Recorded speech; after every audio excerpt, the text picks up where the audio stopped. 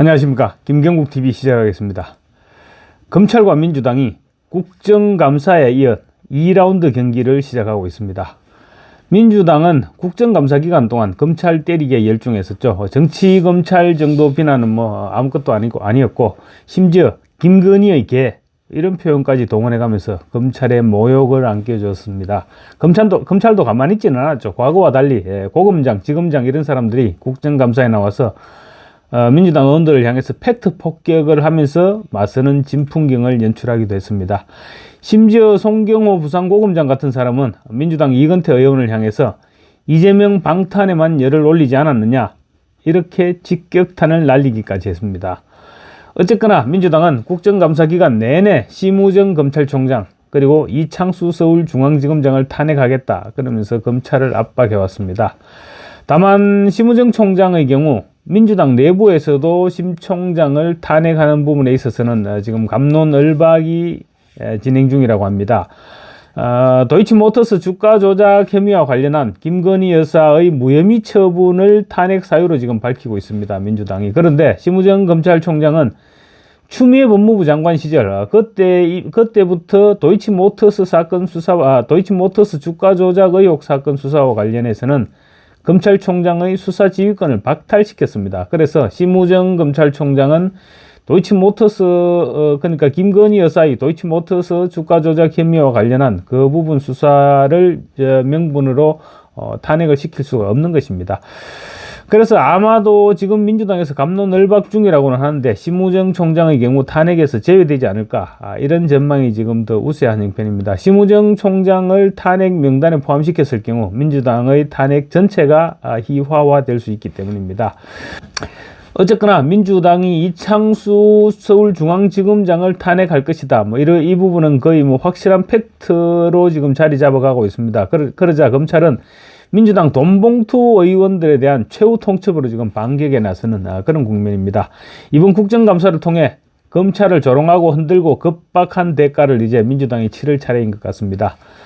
돈봉투 사건 재판부는 2021년 4월 28일 국회 외교통일위원회 소회의실에서 열린 송영길 전 민주당 대표, 지금 소나무당 대표죠. 송영길 전 대표 지지 관련 모임에서 윤관석 전 의원이 이승만, 임종성 전 의원과 허종식 의원에게 300만 원씩을 제공했다, 이 사실을 재판부가 인정을 했습니다. 그래서 돈봉투를 돌린 윤관석 전 의원은 1, 2심에서 유죄를 선고받았고 지금 이달 말 대법원에서 확정 판결을 기다리고 있습니다. 재판부는 이미 민주당 김영호, 민병덕, 박성준, 백혜령, 전용기, 그리고 조국혁신당 황운하, 또 박영순 전 민주당 의원, 이 사람들도 당시 외교통일위원장 자리에 참석해서 돈봉투를 받았다, 이렇게 판시를 했습니다, 사실상. 그런데 이들 가운데 22대 총선에서 낙선한 박영순 전 의원은 검찰 소환에 응했습니다. 배지가 없으니까 응하지 않을 재주가 없었던 것이죠. 박영순 전 의원을 제외한 현역 의원 6명은 검찰이 6차례씩 소환을 통보했는데 지금 10개월째 소환에 응하지 않고 있습니다. 공범들은 이미 징역형의 집행유예형을 선고받고 있는데 이들은 아직도 조사조차 시작도 하지 못하고 있는 것입니다. 계속 버티고 있는 것이죠. 당연히 혐의도 부인하고 있습니다. 이들은 총선 전에는 총선이 끝나면 출석하겠다, 그렇게 얘기하더니 또 총선이 끝나니 당선이 되고 나니까 이제는 바빠서 못 나가겠다, 이렇게 뻗칩니다. 그리고 검찰은 그 후 다시 지난달 말에 출석 요구서를 다시 보냈는데, 그러니까 또 출석 요구서를 보내니까 지난달 보냈는데 조만간 9월 말이나 10월 초 이렇게 출석하겠다고 해놓고 지금 또 계속 뻗치고 있는 것입니다. 그러다 보니까 국정감사가 시작되고 하니까 또 더 뻗칠 수 있는 명분이 계속 생겨버린 것이죠. 그래서 결국 지금 이제 국감이 끝나고 있습니다. 국감이 끝나니까 검찰은 국감이 끝난 이후 다음 주 이제 마지막 소환 통보를 할 계획이라고 합니다. 마지막 소환 통보를 하겠다는 것은 더 이상 소환에 응하지 않을 경우 체포영장을 발부하거나 아니면 추가 조사 없이 기소하겠다, 이런 의미죠. 현역 의원 6명에 대해 한꺼번에 체포영장을 청구할 경우 상황이 굉장히 복잡해집니다. 검찰은 어쨌거나 형사소송법 절차에 따르겠다. 이렇게 밝히고 있습니다.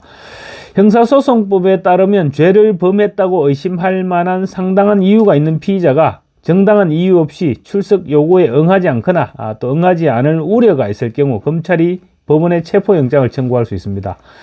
그런데 다만 현역 의원들은 회기 중 불체포 특권이 있죠. 그래서 역시 국회 본회의에서 체포동의안이 통과돼야 되는데 지금 민주당과 조국혁신당 등 야당의 압도적 다수 의석이죠. 그런 상황에서 체포동의안이 가결될 가능성은 굉장히 낮다고 그렇게 봐야 될 것입니다.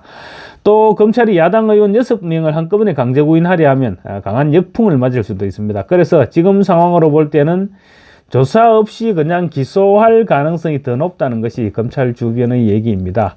검찰은 본인에게 혐의를 소명할 기회를 주려는 것인데 나오지 않는다면 그냥 기소하는 방안도 충분히 가능하다. 정치인 관련 사건의 경우 그런 사례가 많다. 이렇게 밝히고 있습니다. 그렇지만 불공평하죠. 일반인이 만약에 그 정도 대여섯 차례 소환에 불응했으면 당연히 체포영장을 발부해서 끌고 갔을 것입니다. 거기에다가 괘씸죄까지 적용해서 구형량도 아마 상당히 높아졌을 것입니다. 그런데 우선적으로 일반인들은 한두 번만 불러도 나가죠. 대여섯 번을 버틴다는 생각조차 못합니다. 그런데 국회의원이란 이유로 이렇게 버티기를 하니까 검찰에서도 대책을 찾지 못하고 있는 것입니다. 체포영장을 가결시키든 부결시키든 그거는 국회의 몫입니다. 국회에서 어떤 식으로 체포영장을 처리하든 간에 검찰은 개념치 않고 진작에 체포영장을 발부했어야 될 일입니다.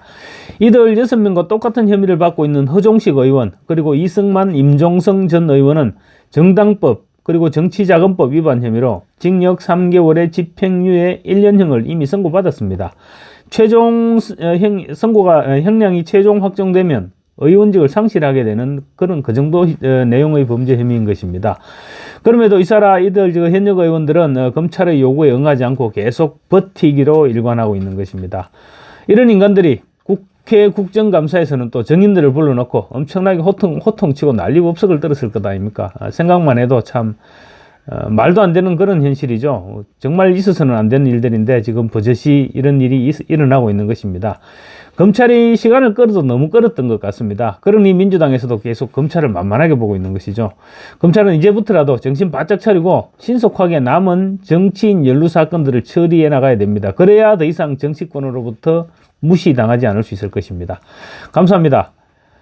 구독과 좋아요 그리고 알림 설정은 저에게 큰 힘이 된다는 말씀 드리겠습니다.